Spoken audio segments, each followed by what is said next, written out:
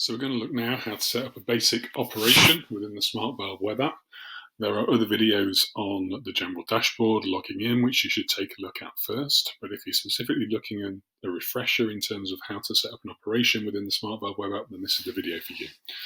So you'll know from the SmartValve structure down the left-hand side, you can find the valves page. So if you go within the valves page, there are very simple ways of finding the valves. So most of the valves that we'll import will have a specific valve name or number.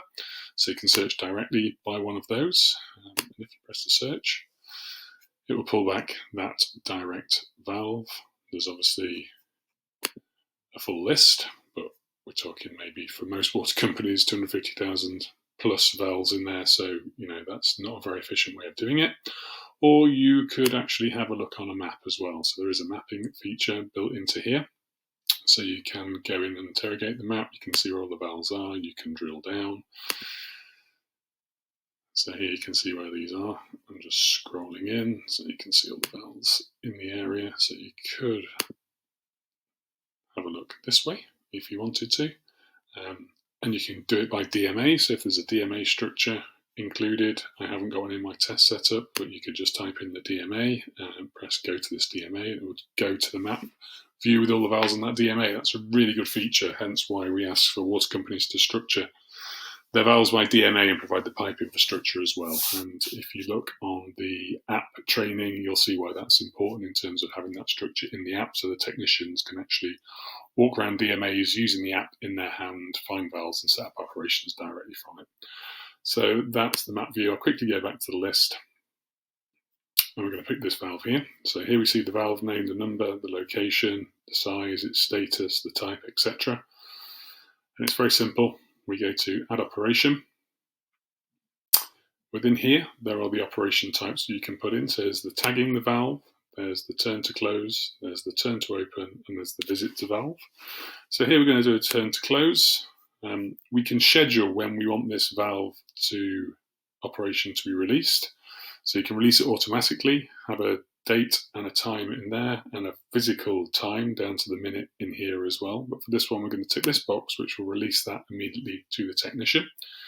Supplementary information here. So this is linked to an event ID. You can type in an event ID. If there's already one set up, it will auto-populate that. So if we say it was event 1, for example, then any others with event 1 would be grouped together, and we can interrogate those as a group.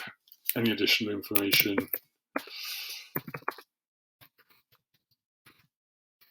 we can type in here. Here, this is where we assign it to a technician. So if we start typing a name in here, it will pull up the known technicians that are working. So I've got 2 entries in here, but I'm going to locate it there for my first one. You could also assign it to the nearest technician to that valve, so we know where the technicians are, so you could click that and assign the nearest one to go to that valve. Or you could assign the one that with the least operations. That feature's there, so if someone's not busy on that day, that will pick them, but you could do it within, then a 1, 2, 3 or 4 mile radius of the nearest technician. So obviously you don't want technicians driving 70 or 80 miles to go and do a single valve operation. You might, but obviously that gives you the feature to do that as well. So the final piece we need to do in here, in terms of we've got it turn to close, we're going to release it immediately, we've picked the technician, so we're then going to add the turn profile to this operation. So there'll be a number of turn profiles probably already set up within SmartValve, so you could use the default turn profile, which is just a single step in this place, or we could assign one from the library. So here there are a couple of different profiles, so a turn to close, and you can have a look at the profile in there and assign one of those, or we can create a custom one. This is really easy to do. So we can add a turn step in here. We can say the total number of turns is 5, the direction is clockwise, the maximum speed will be 30 revolutions per minute, and add that turn in. And we can see that step 1 in there. If we want to cancel that off, we just press that cross and that'll get rid of it. Then we're going to put another turn in, which is another 2 turns clockwise, at a much slower speed, 5, add that in there. So we've now got a 2-turn process for this. And then we create that operation, and that's gone to the technician. So that's a simple way to set up an operation really quickly within SmartValve and send it to the technician.